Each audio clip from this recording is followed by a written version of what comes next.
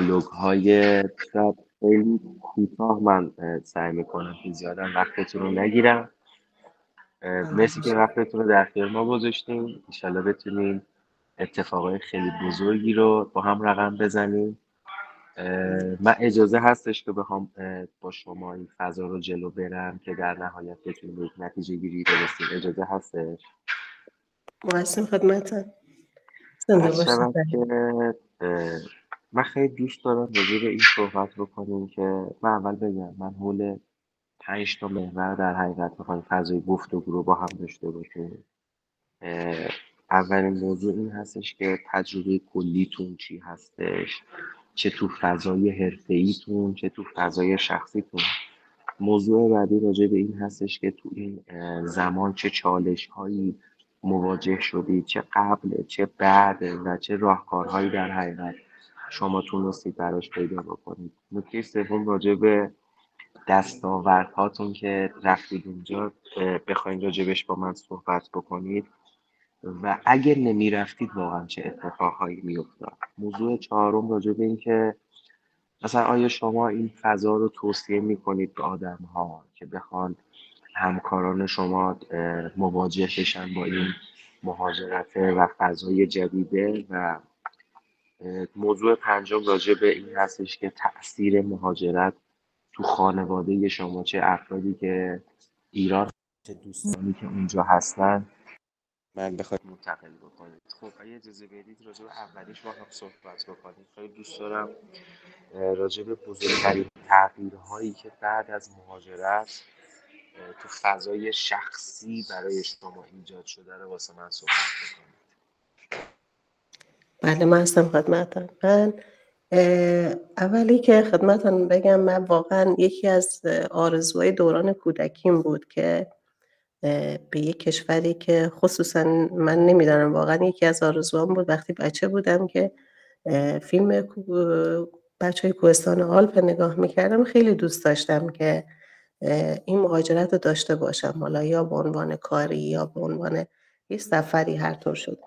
این بود که این در پس زمینه ما بود. ولی بعد از بالاخره متأهل شدن و اینه که بچه هم بزرگ شدن، واقعا این تو من قوت گرفت، چون احساس میکردم که راه ترقی و پیشرفت بیشتری داره، مخصوصا تو کشور آلمان برای پسرای من. این بود که تصمیم جدی شد.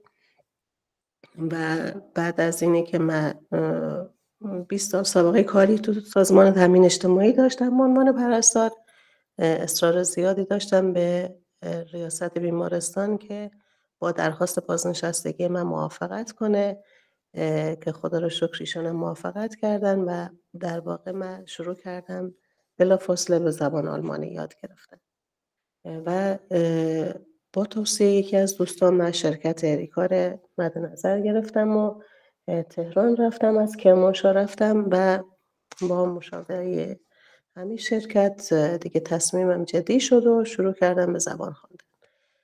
و این بود که و پسرام من یکیشان خیلی بی نهایت تو رشته‌های آیتی خیلی دوست داشت ادامه تحصیل بده و دیدم خیلی بچه هم خیلی در واقع استقبال کردن از این پیشنهاد من و همینطور همسرم، و شروع کردیم به قول معروف انجام این پروسه که کشور آلمان مهاجرت کنیم. حالا درست اولش که خیلی سخت بود، بالاخره تو سن و سال من، چون حدود 48 سالم بود که شروع کردم به یادگیری زبان آلمانی، یه خورده چالش بزرگی برای من بود، ولی چون هدفم واقعا این بود که این مهاجرت رو انجام بدیم همراه خانواده و قبل از شروع سن 18 سالگی پسرام، و این باعث شد که حتما تو تصمیمم جدی‌تر بشم و بعد از اینی که مدرک به آینسم گرفتم با کمک شرکت اریکا مهاجرتم انجام دادم. ولی در واقع شاید بیشترین عاملش تشویق برای انجام این کار در خصوص پسران بود که اینجا تحصیل داشته باشن و اینجا بتونن یه زندگی رو شروع کنن با قول معروف. خیلی هم عالی، خیلی هم عالی. من تبریک بهتون میگم که واقعا یه تصمیم خیلی بزرگ توی این سن، معمولا توی این سن خیلی ریسک نمیکنن، بله. دوست دارن اون روتینه رو حفظ بکنن. قطعا شما جسارت خاصی دارید که یه همچین تصمیمی گرفتین. خب و در کنارش نگاه خیلی بلندی دارید برای اینکه بتونید یه آینده خیلی خوبی برای بچه‌هاتون رقم بزنید. در مورد فضای حرفه‌ای هم نظر بهم بگید، حالا کاری که دارین اونجا انجام میدین اونم بهم بگید ممنون میشه. خواهش می‌کنم. من در تکمیل صحبت شما بعد از بازنشستگی، چون 7-8 نفر بودیم با هم بازنشسته شدیم، اتفاقا همین دوستان میگفتن بابا دیگه چه کاریه، تو کارات اینجا انجام دادی و به قول معروف وظیفه‌ای که لازم بود انجام دادی، ولی بیا بشین با هم حالا دور مهمانی‌ها و جشن‌ها و چیزایی که با هم میرفتن انجام میدادیم همین ادامه بدیم، ورزشامون و تفریحات. ولی خب من واقعا هدفم این بود و حالا خیلی خانم لاجوردی میدونن من چالش بزرگی برای زبان و اینام داشتم اینجام حتی، ولی الان واقعا یعنی شاید خانم لاجوردی اینو بشنوه از من دیگه میگه واقعا دیگه تو دیگه کی هستی. میگم که داشتم با همسر و پسرام صحبت میکردم که اگه بشه مست آینسمه بگیرم و به عنوان اینجا میگن پتاگوگه، به عنوان مربی در واقع بچهای پرستاری بتونم اینجا کار من حتی چنج کنم، یعنی به عنوان پرستار، کارشناس پرستاری، حتی نه دیگه به عنوان یک ارشد پرستاری که بتونم به عنوان مربی بچهای پرستاری اوسپیلنومی پرستاری ادامه کار بدم. یعنی اصلا دوست ندارم راکت بودنه و همیشه فکر میکنم هر سنی، تو هر سنی بایستی آدم یه هدف خیلی بزرگ داشته باشه، نه هدف کوچیک. وقتی بهش برسه هدف بعدیش یه هدف خیلی خوب و بزرگ. و به پسرام هم همیشه اینو میگم به هر هدفی که رسیدین بلافاصله پشت سرش یه هدف بزرگ دیگه ای در نظر داشته باشین.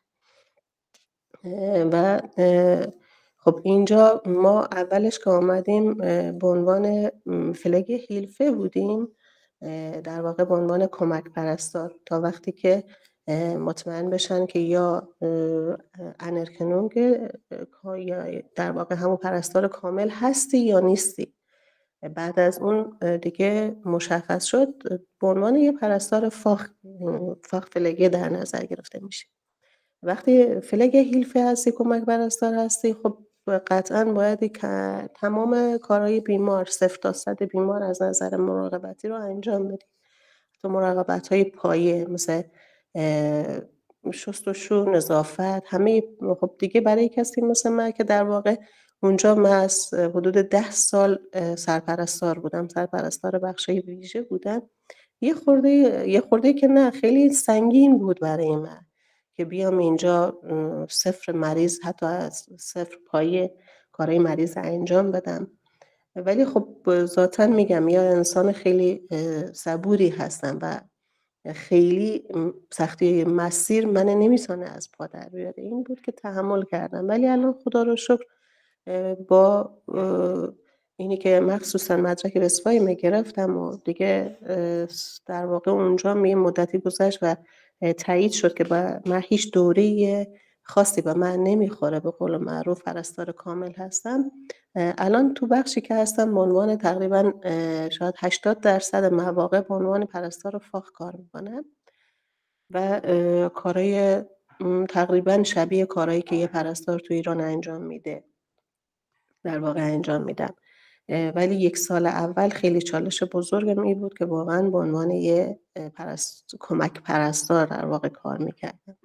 ولی الان نه، خدا رو شکر خیلی از مسائل حل شده. خب حالا نمیشه گفت که 100% شبیه کار پرستاری ایرانه، ولی خیلی شبیه شده. خیلی کارهای تخصصی تر مثل دارو، درمان، کنترل علائم حیاتی، گزارش نویسی و خیلی کم پیش میاد که دیگه کارهای اولیه بیمار یه فاخ انجام بده. حالا تو کلینیک ما این شکلیه، حالا من خبر ندارم کلینیک‌ها یا مراکز درمانی دیگه چه شکلیه، ولی ما الان پرستار فاخ در واقع همون کارهاییه که یه پرستار تو ایران انجام میده اینجا انجام میدیم. ولی پیش بیاد برای این مریض، مثلا ما الان کمک پرستار داریم بدون استثنا تو شیفت خدمات کمک پرستار داریم، ولی اگه پیش بیاد که کمک پرستار نباشه، چرا اون موقع ما خودمون بازم کارهای اولیه بیمار انجام میدیم. یکی از چالشام این بودی که واقعا ای که خیلی آلرت نبودم اوایلش، خیلی استرس داشتم، رو سر مریض بودم، یه دفعه چیزی میگفت من نمیفهمیدم، میترسیدم که نکنه مثلا الان یه چیز خیلی مهمی از من خواسته. ولی الان نه، خدا رو شکر خیلی بهتر شدم، تقریبا همه رو میفهمم که چی میگن و پاسخ مناسبی، حالا شاید خیلی خوب نتونم پاسخ بدم ولی یه پاسخ در حد معقولی به اونا میدم در جواب خواسته هایی که دارن. حالا یه چیز خنده‌داری به شما بگم، ما تازه رفته بودم شروع به کار کرده بودم، میگم به عنوان فلگ هیلفه بودم، یه مریض بدحال شد، بعد مریض رو تو راه رو مریض بدحال شد، من و یه کمک بهیار دیگه، کمک پرستار دیگه سریع سوار ویلچر کردیم.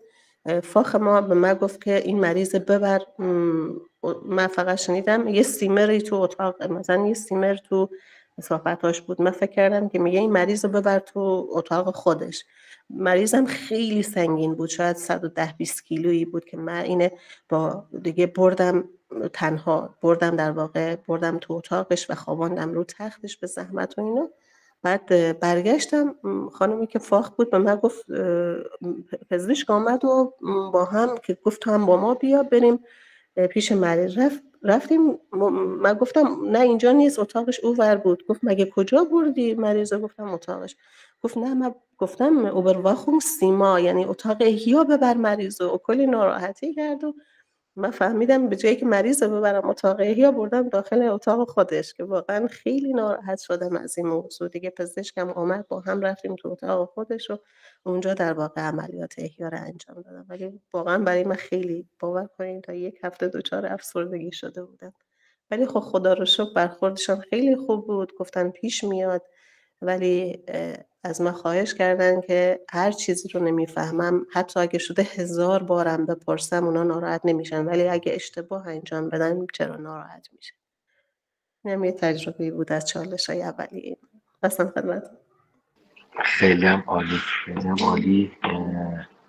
بریم سراغ موضوع دوم که شما توی این مسیر چه از ایران چه حالا اونجا، البته یه سریش رو اشاره کردیم، چالش هایی داشتیم، روز اول کاری چالش هایی داشتید، توی این مسیر چالش هایی داشتید، تقریبا اشاره کردید که چه نکاتی بود. اگه نکته دیگه هست اضافه بکنید، اگر نه من برم سراغ موضوع بعدی.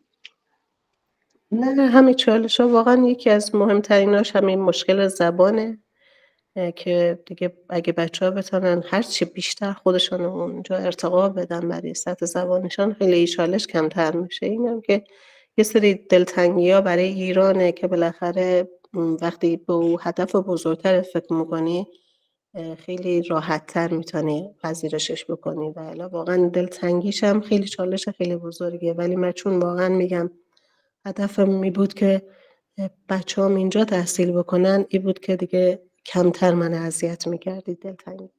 بله. بسیار عالی، تبریک بهتون میگم. خب بیایم راجع به این صحبت با هم بکنیم که اگه این تصمیم رو نمیگرفتی چه اتفاقی میافتاد، چه لحاظ انگیزشی، چه لحاظ مالی، چه لحاظ انسانی، فرهنگی، فکر میکنیم چه اتفاقی افتاد انجام دادنش، و اگه انجام نمیدادیم چی میشد؟ والا از نظر شخصی خودم احساس میکنم که حالا خیلی بیشتر از نظر رضایتمندی از خودم، خیلی سطح بالاتری از خودم راضی هستم. شاید اگه تو ایران بودم الان فقط در حد همون کارهای روتین خانه و ای که نهایتاً با دوستا یه تفریحات خیلی آنی داشته باشم بیشتر نبود. ولی الان خیلی احساس رضایتمندی بالایی از خودم دارم، چون احساس میکنم یه کار خیلی بزرگی انجام دادم به خاطر بچه‌هام. از نظر شخصی خودم این مسئله این بوده، ولی رضایتمندی خیلی بالایی که دارم اینه که فکر میکنم بچه هم اینجا دارن خیلی موفقیت‌های بهتری کسب میکنن، چون الان اونا رو مقایسه میکنم با بچهای همسن خودشان تو ایران، میبینم که خیلی دچار افسردگی و سرخوردگی شدن. من اینجا بچه هم تو تقریبا هم 1.5 سال که تقریبا هستیم اینجا، هر دو مدرک به استایشان گرفتن، دیپلمشان از ایران گرفتن و دارن حتی تو این مسیر هستن، تو مسیر انتخابای میگن خوب و خوبتر، نه بد و بدتر. تو ایران که مثلا الان میگن بد و بدتر بدر انتخاب کنن نه بدتره رو، ولی اینا الان توی یه مسیری هستن که در تکاپو هستن که خوبترش رو انتخاب کنن. مثلا الان به سر من خانم لاجوردی میدانه که اینجا اوسبیلدونگ‌ها خیلی زیاد هستن، ولی میگن نه ما باید حتما دانشگاه و یه رشته خیلی خوب، مثلا الان دارن پروسه‌های خلبانی و دندان پزشکی رو دارن پیگیر میشن، ولی قطعا تو ایران اینا نبود، هیچ وقت نبود. با وجود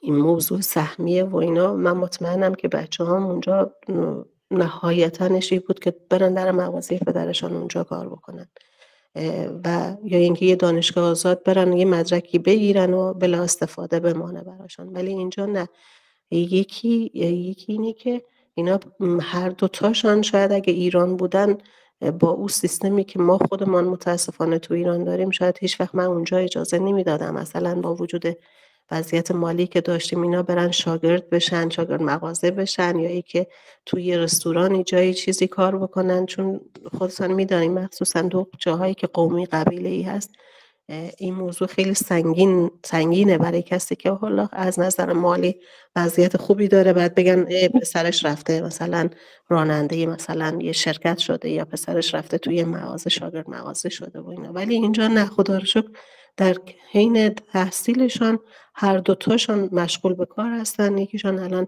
به عنوان راننده آمازون پاره وقت اونجا کار میکنه، در کنارش مدرک زبانش رو گرفت، در کنارش دیپلمش رو گرفت. یه پسر دیگر هم شاگرد، در واقع همون شاگرد مغازه یه لباس فروشیه و خیلی خوب میتونن خرج و مخارج خودشون رو به دست بیارن و خیلی خوب یاد گرفتن که مستقل بشن، یاد گرفتن که پسنداز بکنن، چیزی که مطلقاً مطمئنم تو ایران این کار انجام نمیدادن. و الان من دوستاشون میبینم که خیلی شاید من انتظار موفقیت بیشتری حتی نسبت به پسرام از اونا داشتم، ولی متاسفانه کارشان شده فقط اینه که هر روز کافه برن با دوستاشان، وقتشان تو کافه بگذره و متاسفانه خیلی مشکل همون قلیان و نمیدونم از این بر و بساط که داشتن تو ایران داشته باشن. متاسفانه خیلیشان دچار سرخوردگی و افسردگی شدن. ولی خدا رو شکر نه، اینجا این مسائل واقعا نیست. اصلا به بچه اجازه نداره برای افسرده شدن، چون تمام وقتش پره. و از این نظرم خدا رو شکر من احساس میکنم تو این موضوع در واقع موفقیت بزرگی کسب کردم. بله.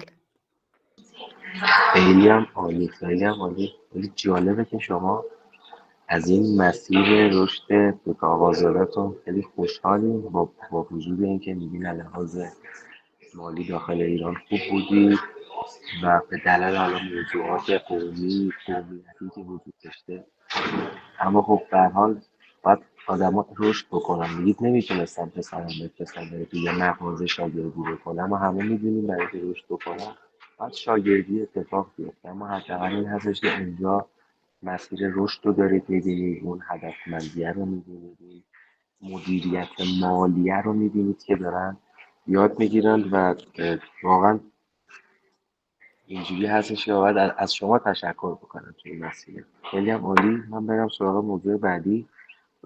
اگه بخواین اینجوری نگاه بکنید، یک، به همکاران خودتون، دو، همکاران خودتون یعنی به افرادی که توی این صنعت هستن توصیه بخواید بکنید، دو، به کسانی که توی صنعت هستن و تو دایره سن و سالی شما هستن توصیه بخواید بکنید، حرفی باهاشون بزنید، راهنمایی بخواید بکنید، چه راهنمایی؟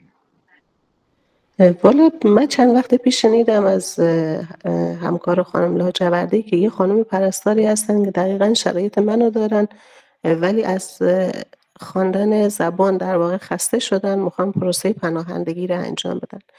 من حالا شاید چند نفر از همکارا و دوستا صدای منو بشنون، این موضوع بشنون، ازشان خواهش میکنم که به هیچ عنوانی کار انجام ندن. ازشان خواهش بکنم به عنوان پناهنده اینجا نیان، چون واقعا نگاه های خیلی خوبی ندارن به پناهنده ها، ولی نگاهی که به بچه‌هایی که به عنوان اقامت کاری میان یه نگاه خیلی خاص و خوبه. همینی که بشنون، حتی به عنوان اینی که بشنون ما صاحب خانه‌مان شهر قبلی بودیم، فهمیده بود من پرستارم، باور کنین که چقدر احترام منو داشت. ما تازه رفته بودیم، ماشین نداشتیم، خودم همون صاحبخانه برای من یه دوچرخه هدیه آورد که شما چون مسیرم یه کمی طولانی بود که خسته میشی، پاهات درد میگیره، با دوچرخه سعی کن. یه دوچرخه خیلی خوب هدیه برای من آورد. اینی که شما پرستار هستین، دارین زحمت مثلا مردم ما رو میکشین و اینا. اینی که توصیه‌ام به بچه‌ها اینه که خواهش بکنم به صورت کیس پناهندگی نیان، تا جایی که میتونن زبان بخوانن. مخصوصا بچه پرستاری اینجا خیلی نیاز هست و خیلی هم مخصوصا اگه ارکونده داشته باشن، هر جایی دوست داشته باشن، هر جایی آلمان دوست داشته باشن، میتونن به راحتی برن و اونجا کار کنن. حالا قبل از ارکونده چرا یه سری محدودیت ها هست، ولی حتی خودتان میدانین تو ایران هم بخواین از یه شهر به شهر دیگه برین، کلی ما باید پروسه‌های سخت طی می‌کردیم که انتقالی بگیریم، ولی اینجا نه، با داشتن ارکونده خیلی راحت به هر جای آلمان میتونن انتقالی بگیرن و برن کار بکنن. توصیه‌ام اینه که حتما زبان بخوانن بیان و من خودم توی سن و سال حتما توصیه مخصوصا کسایی که بچه دارن، این واقعا توصیه رو دارم که داشته باشن همچی چیزی تو برنامه‌هاشون و زبان بخوانن، با مدرک اینجا بیان و بچه‌هاشون حداقل موقت هم شده که تحصیلات خوبی داشته باشن و بعد با همون تخصص و تحصیلات برگردن ایران، که باعث خیلی هم خوب میشه به خاطر وطن خودمان. من الان به بچه‌ها همش میگم یه رشته‌ای بخوانین که بتونیم برگردیم و به ایران خدمت کنیم. یعنی خدا گواهه همش دارم تو انتخاباشون دارم مرتبا این موضوع مجددا یادآوری میکنم که بچه‌ها رشته‌ای بخوانین که بتونین هم اینجا و هم ایران بتونین ازش خوب استفاده بکنین و برگردیم ایران هم شاید یه زمانی بتونین اونجا ازش استفاده بکنین و اگه دوست داشتین برگردین اونجا هم بتونین از رشته‌تون به خیلی خوب استفاده بکنین. خیلی هم عالی، خیلی هم عالی. یعنی شما بیشتر افراد رو بخواید مشورتی بدین، میگین زبان رو بخونید و به فکر آینده و رشد بچه ها بخواید باشین. چیزی که بخواید در حقیقت به اون دوستان همسن و سال خودتون بگید. اگه بخواید به دوستان همکار خودتون، حالا 10 سال 20 سال سنشون کمتر هستش، بخواید صحبت بکنید، مشورت بدین، چه مشورتی میدین؟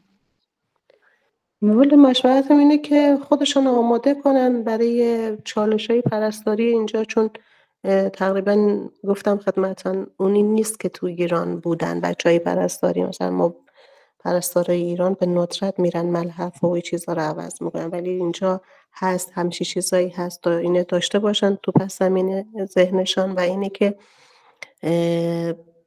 والا اینجا چیزی که خیلی دستاورد خیلی بزرگی خصوصا برای بچه‌های پرستاری داره اینه که خیلی صبورتر میشن و این صبر شما خودتان میدونید یک چیزیه که واقعا شخصیت انسان ارتقا میده. خیلی صبر و تحمل انسان خیلی بالا میبره و اینی که خیلی خوبه، مخصوصا برای کادر درمان پیدا کردن این خصوصیت خیلی خوبه که بتونی صبر رو در واقع تحملت بالا ببری. و اینی که واقعا از طرفی هم توصیه دارم اینه که اگه بتونن شرایطش رو داشته باشن حتما این مهاجرت انجام بدن. به نظر من شخصا اینه که برای خودشان و خانوادهشان خیلی دستاوردهای خیلی بزرگی داره اگه بتونن مهاجرت کنن، چه از نظر روحی چه از نظر حالا یادگیری زبان، از نظر دوری از خانواده و فامیل. اگه بتونن این پروسه رو شروع کنن و انجام بدن، من واقعا توصیه دارم که این کار رو انجام بدن حتما. خیلی هم عالی و برسیم به جنبندی که به همسال داشته باشیم. خب ما ایرانی ها معمولا عاطفه کنیم موج میزنیم، جنبه های انسانی که اون موج میزنیم. یه جایی صحبت بکنم راجع به دلتنگی گفتیم، میخوام یه ذره تاثیر این اتفاق روی خانواده رو برام بگید. والا دلتنگی مخصوصا حالا هرچی سن بالاتر بره، متاسفانه میگم اگه بتونن زودتر بیان خیلی بهتره.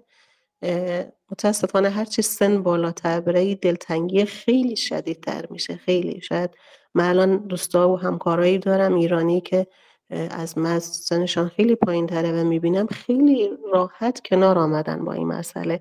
مثلا من تو 1.5 سال 3 بار ایران آمدم، ولی باور کنین بعضیشون هنوز ایران برنگشتن که مسافرت داشته باشن برای دیدار با اقوام و مرتب به من میگن چرا اینقدر ایران میری؟ کمتر برو ایران که دلتنگیت اینقدر بدتر نشه که هر بار میری و برمیگردی دلتنگیت بیشتر میشه. من خیلی خیلی وابسته به خانواده هستم، خیلی وابسته به خواهر، مادر، برادر و خیلی برای من سنگین بود، طوری که من تازه هنوز 10-15 روز بود که رفته بودم. مدیر در واقع مسئول قسمت اداری، مدیر آبتایلون، پرسونال آبتایلون که خیلی خانم خوبی بود و می آمد با ما برای خرید لوازم خانه، برای حتی خانه برای ما پیدا کردن و ما رفتیم، ما رو برد بازدید خانه، خرید لوازم خانه، کارهای اداری، حساب بانکی و اینا. بعد مرتب که دنبال ما می اومد، ما رو با ماشین خودش می بردی بر و بر و کارهای ما رو انجام میداد. همش از من میپرسید که زهرا خوبه، اوضاع خوبه، چطوره؟ من خیلی هم مرتب احساس دلتنگی میگفتم آره خیلی دلتنگ خانوادم هستم. هنوز تازه 10-15 روز گذشته بود. بعد میگم خب واقعا یه خصوصیت خیلی خوبی که من حالا با اینا برخورد داشتم و دیدم اینه که خیلی اهمیت میدن از نظر روحی روانی خوب باشی و کارت انجام بدی. یعنی بفهمن یه خورده افسردگی یا ناراحتی داری، واقعا حتی اگه شده 1 ماه هم میگن مرخصی بگیر برو مثلا. من دید که خیلی دلتنگم، گفتش که خب شروع به کار کردی، من به آقای سباستیان میگم که بهت مرخصی بده، اگه میتونی برو به خانواده سر بزن. باور نمیکنین شما که من 2 ماه بعد از اینی که آلمان آمده بودم 15 روز مرخصی گرفتم و آمدم ایران و به مادر و خواهرام اینا سر زدم، دوباره برگشتم. بعد دوباره 6 ماه بعدش دوباره من مرخصی گرفتم، به من مرخصی دادن و بازم آمدم ایران. یعنی میگم در عرض 1.5 سال من 3 بار ایران آمدم. ولی خب هستن بچهای اینجا که باور کنید یه آقا پسری تقریبا 22-23 سالشه، تقریبا هم سن سالای پسرای خودم هستن که اصلا هنوز 2 سال گذشته میگه من اصلا هیچ تمایلی ندارم که برم ایران سر بزنم. توصیه‌ام اینه که اگه بشه هر چه زودتر بیان بهتره، به نفعشانه. این خیلی بهتره. این در مورد دلتنگی ما. بله. خیلی هم عالی، خیلی هم عالی. خب شما انقدر اهداف بزرگتر داشتید که اینو اول گذاشتید کنار بله. و البته همزمان داری بهش رسیدگی هم میکنید. با همین اومدن به ایرانه داری دلتنگی رو غلظتش رو در حقیقت به پایین‌ترین حد میرسید. بله واقعا یه معذرت میان کلامتان، واقعا از نظر ریالی و حقوقی اونطور هست که بتانی مرتب هر 6 ماه 1 بار، حالا من تو حرفه خودم تا جایی که در جریانم از نظر هزینه‌ای این امکان هست که شما هر 6 ماه 1 بار حتما بری ایران سر بزنی و برگردی. یعنی اینکه بگی نه از نظر شاید هزینه خیلی سنگینه و نمیشه، نه واقعا میشه. چون اینجا واقعا هزینه خورد و خوراکش که اصلا واقعا اصلا به چشم نمیاد. اصلا تنها چیزی که هست هزینه سکونت، محل سکونت خانه است که اونم در کنارش میتونی هزینه‌ای رو کنار بذاری برای رفت و آمد به مثلا ایران و هر چند ماه 1 بار بتونی بری ایران ملاقات کنی خانوادت رو برگردی. حالا یه چیز خیلی خاصی به شما بگم، من یه همکار داریم خانم و آقای فیلیپینی هستن. من خیلی میگم این واقعا تجربه خیلی بزرگیه برای هر انسانی مهاجرت. اینه که اولا با فرهنگ‌های مختلف آشنا میشی و خیلی خوبه. یه پوان خیلی خیلی بزرگیه این مهاجرت، از این نظر که این تجربه رو کسب میکنی. من یه آقا و خانم فیلیپینی همکارم هستن، باور نمیکنی اینا تقریبا تو شاید 10 سال اخیر، کمتر، شاید تو 7-8 سال اخیر، اینا 4 کشور عوض کردن. گفتن که ما اول فیلیپین مدرک پرستاری گرفتیم، بعد رفتیم عربستان، 3 سال عربستان بودیم، بعد از عربستان 3-4 سال گفتن که انگلیس کار کردیم و نهایتا آمده بودن آلمان و الان آلمان هستن و باور نمیکنین شما دارن کاراشون انجام میدن که برن آمریکا و اینه یه لذت برای خودشان میدانن. میگن که اصلا چرا بایستی انسان راکت بمانه، اصلا صرف، اصلا جدای از مسائل مالی، جدای از مسائل سیاسی کشوری، ما اصلا دوست داریم که بریم و با فرهنگ‌های مختلف، مخصوصا با رشته‌ای که داریم و همه جای دنیا در واقع نیازش داره، چه اشکالی داره که انسان بره بگرده و همه، تا جایی که بتونه با همه فرهنگ‌ها و همه کشورها آشنا بشه. و خیلی واقعا خیلی برای من انگیزه بزرگی شد. به بچه‌هام میگم اگه شما حتی اینجا رو دوست نداشتین میتونین برین کشورهای دیگه، اونجا برین ادامه تحصیل بدین. یعنی تاثیرهای خیلی بزرگی رو ذهن و زندگی انسان داره این مهاجرت واقعا. من اینجوری دارم به قضیه نگاه میکنم، یعنی افرادی که میان آلمان، حالا غیر از مسائل مالی که شما گفتید و مسائل سیاسی، و بخوان حالشون خوب باشه، به نظرم باید اهداف بزرگتری تو ذهنشون و زندگیشون داشته باشن که این مسیره رو بتونن برای خودشون جذابتر بکنن. چون شما گفتید چالش های زیادی داره، اما اون هدف بزرگی میتونه در حقیقت اون نقطه الهام بخشه براشون باشه که اگه یه روزی لحاظ انرژی اومدن پایین، دوباره اون هدف بزرگی بخواد بهشون انرژی بده، بخواد جون بده. خیلی هم عالی، واقعا من لذت بردم از صحبت کردن با شما و خیلی چیزا رو یاد گرفتم. من حالا نکته‌ای که بخوام بگم، قطعا ما از شما استفاده خواهیم کرد برای اینکه بتونیم یواش یواش انتقال تجربیاتتون رو اینجوری من بخوام خیلی راحت‌تر به شما بگم، شما به عنوان یک نماد در حقیقت ما میخوایم داشته باشیم، به عنوان نماد فردی که سختیه رو رد کرده برای اهداف بزرگترش، و اینم به عنوان یک مسئولیت درون خودتون ببینید که خیلی از آدما شبیه شما و منتظر این هستن که پیام شما رو شاید دریافت بکنن. ما بتونیم از طریق شما پیامتون رو به خیلی از این افراد برسونیم. قطعا نیاز به این دارن که شما خیلی جاها لحاظ روحی و ذهنی بهشون کمک بدید و من درخواست میکنم این اتفاق حتما بیفته. بتونیم یک فضای انتقال تجربه ای رو برای این دوستان داشته باشیم.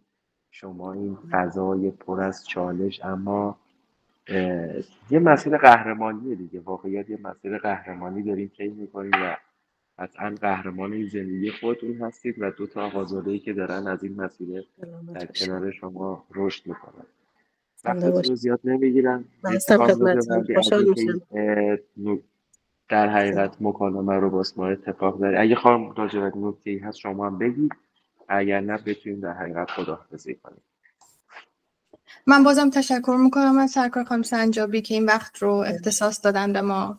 انشالله که هر روز مشاهد ارتقای ایشون آقازاده هاشون باشیم و ما خوشحال میشیم از پیشرفتشون. وقتی که پیشرفت این دوستانی که حالا به کمک اریکا تشریف بردن آلمان رو ما میبینیم، واقعا خستگیمون در میره. خوش باشین انشالله، سلامت باشین. من همه جوره خدمت شما هستم عزیزم. قربان شما، خواهش می‌کنم. شما تبریک میگم که منشأ خیر هستید دیگه، اینا همش میشه منشأ خیر. افتخار ما بوده، خواهش میکنم. لطف خدا. ممنونم شما که آقای مهندس زمان گذاشتید. قربونش انجام وظیفه هست. ان شاء الله اتفاقای خوب بتونید برام بزنید. قربون شما.